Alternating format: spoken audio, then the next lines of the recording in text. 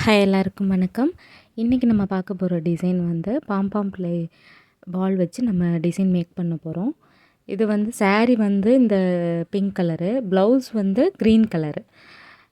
Customer எப்படி கேட்டிருந்தாங்கன்னா, front side princess கட்டிங்கும், பேக் சைடு வந்து நல்லா லோ நெக் வச்சு அந்த ஹூக் மாட்டோம் இல்லையா, அந்த இடத்துல வந்து இந்த பாம்பாம் வைக்க சொல்லியிருந்தாங்க. அதனால தான் இப்போ நான் வந்து அதை ரெடி பண்ணிகிட்ருக்கேன். சாரியோட கிளாத் கட் பண்ணி வச்சுட்டு, அந்த பாம்பாம்பை நம்ம கடைகள்லேயே விற்கும் இல்லையா, தெர்மாக்கோலில் குட்டி குட்டி பால் விற்கும்ல, அது வாங்கி அதை வந்து நம்ம வந்து இப்போ கட்டிகிட்ருக்கோம். அந்த சென்டரில் வச்சு அப்படியே ரோல் பண்ணி அந்த கலர் நூல் வச்சே நம்ம வந்து டைட்டாக முடிச்ச மாதிரி பூ கட்டுவோம்ல, அது மாதிரி தான் நான் செஞ்சுக்கிறேன். அதுக்கப்புறம் குட்டி குட்டியாக நம்ம அதை கட் பண்ணிவிட்டு ஈவனாக நம்ம கட் பண்ணி தைக்கலாம். இது பார்க்குறதுக்கு நல்லாயிருக்கும், போடுறதுக்குமே நல்லா இருந்தது.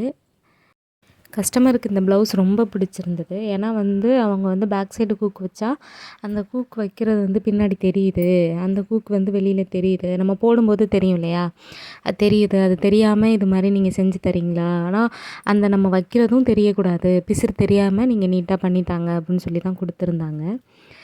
இப்போ அவுட்ஃபிட் பார்த்துட்டு அவங்களுக்கு ரொம்ப பிடிச்சிருந்தது, அழகாகவும் தைச்சிருந்தேன்.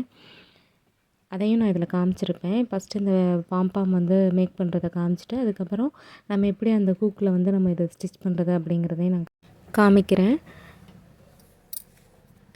தேவையான அளவு மட்டும் நம்ம அதை செஞ்சுக்கிட்டோன்னா போதும், ரொம்ப தேவைப்படாது. ஏன்னா நம்ம வந்து நெக்குக்கு எதுக்குமே அவங்க வந்து வேண்டாம் அப்படின்ட்டாங்க. பைப்பிங் மட்டும்தான் வைக்க சொல்லியிருந்தாங்க. சாரீ கலரில் பைப்பிங் வச்சுருங்க அப்படின்னு சொல்லியிருந்தாங்க. பைப்பிங் பற்றி நான் ஏற்கனவே வீடியோ போட்டிருக்கேன். அதை நீங்கள் பார்த்து என்னோடய வீடியோஸ்லாம் நீங்கள் செக் பண்ணிங்கன்னா, பைப்பிங் எப்படி நம்ம மேக் பண்ணுறது அப்படிங்கிற வீடியோஸ் எல்லாமே இருக்கும். இந்த இப்போ அதே மாதிரி குட்டி குட்டியாக கட் பண்ணி வச்சுட்டு, ப்ளவுஸோட ஃப்ரண்ட் சைடு இருக்குது தெரியுமா, அதாவது ஃப்ரண்ட் அண்ட் மீன்ஸ் பேக்லேயே வந்து லைனிங்க்கு கீழே மேலே வந்து சாரீ அதை வச்சுட்டு நம்ம வந்து இந்த சைடு எப்படி சொல்கிறது, ஹூக் மாட்டுறதுக்கு ஆப்போசிட் சைடில் நம்ம வந்து ஃபஸ்ட்டு அதை வச்சு அடிக்கிறோம். நம்ம அடித்து பெரட்டும் போது அது வந்து அந்த சைடு போயிடும். நீங்கள் பார்த்துட்டே இருங்க. இதுக்கு வந்து இந்த ஒன் சைடு அந்த குதிரை வச்சு அடித்தோன்னா ஈஸியாக இருந்திருக்கும். என்கிட்ட அது இப்போதைக்கு இல்லை, அதனால் நான் எப்படியே வச்சு அடிச்சிருப்பேன். ஏன்னா நம்ம வந்து இது தானே பண்ணுறோம், அதனால் வந்து தெர்மாக்கோல் தானே, அதனால் பால்ஸ் வந்து நம்ம வச்சா தான் அது வந்து அடிக்காது. தெர்மாக்கோலுங்கையில் அது தையல் விழும், ஒன்றும் பிரச்சனை இருக்காது. அப்படியே ஒன்று ஒன்றா வச்சு முடிச்சுட்டு, நம்மளோட லைனிங் துணி இருக்கும் இல்லையா, அதுலேயும் வந்து அந்த ஹூக் வைக்கிற அளவுக்கு நீளத்துக்கு துணி வெட்டிக்கிடணும். இப்போ அந்த எக்ஸ்ட்ரா இருக்கிறது, எக்ஸஸாக இருக்கிறதெல்லாம் நான் கட் பண்ணி விட்டுக்கிறேன். பார்த்துக்கோங்க, இதே மாதிரி கட் பண்ணி விட்டால் தான் அந்த மடிக்கும்போது ரொம்ப மொத்தமாக தெரியாது. அதனால் வந்து எக்ஸஸாக இருக்கிறத கட் பண்ணி விட்டுறணும்.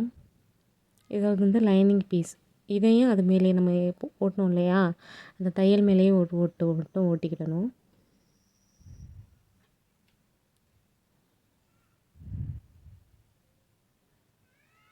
இப்போ அந்த மேலே மறுபடி, ஏன்னா நம்ம இப்போ மேலே வச்சு அடிக்கிறோம்ல, அதை அந்த கீழே நம்ம அடிச்சிருக்கோம்ல, அந்த தையலே நம்ம அடிச்சிருக்கோமான்னு ஒரு தடவை செக் பண்ணிக்கணும். அடிக்கலைன்னா திருப்பி அது மேலே நம்ம ஒரு ஓட்டிட்டு திருப்பி மடக்கிட்டு மேலே ஒரு அமுக்கு தையல் சொல்லுவோம் இல்லையா, அது போட்டுட்டு நல்லா பார்த்துக்கோங்க.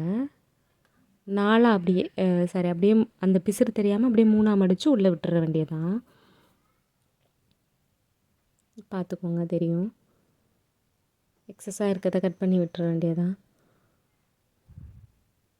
பார்க்கறதுக்கு எவ்வளோ அழகாக இருக்குது பார்த்தீங்களா. இது இன்னும் ஹூக் மூடும்போது நல்லாயிருக்கும். இது வந்து வளையம் சைடு, கொக்கி இல்லாமல் வளையம் சைடு. இதுக்கு எப்படின்னா, ப்ளவுஸோட லைனிங் மேலே இருக்கணும், துணி கீழே இருக்கணும். இதுக்கு அந்த மாதிரி அமுக்கு தையல் போட தேவையில்லை. இந்த பாருங்கள், கொஞ்சம் நம்ம அந்த ஹூக்கு வைக்கிறதுக்காக அந்த கொஞ்சம் கேப் விட்டு நம்ம திருப்பி இந்த மாதிரி நம்ம அடிக்கிறோம். திருப்பி இன்னொரு தையல் அதிலே, அவ்வளோதான். இப்போது ஹூக் வச்சோம், இதில் வந்து வளையம் வச்சுட்டு கொக்கி போடும் பொழுது இப்படி தான் இருக்கும் அவுட்ஃபிட். பார்க்குறதுக்கு நீட்டாகவும் இருக்கும், செம்மையான ஒரு ஃபினிஷிங் கிடைக்கும். நீங்களும் இதே மாதிரி தைச்சி பாருங்கள். எல்லாருக்குமே ரொம்ப பிடிக்கும். இந்த பிரின்சஸ் கட்டிங் வந்து நான் இன்னும் வீடியோ போடல. அது எப்படி நம்ம கட் பண்ணுறது, எப்படி நம்ம மேக் பண்ணுறது அப்படிங்கிற வீடியோஸ் கண்டிப்பாக அடுத்து நான் போடுறேன்.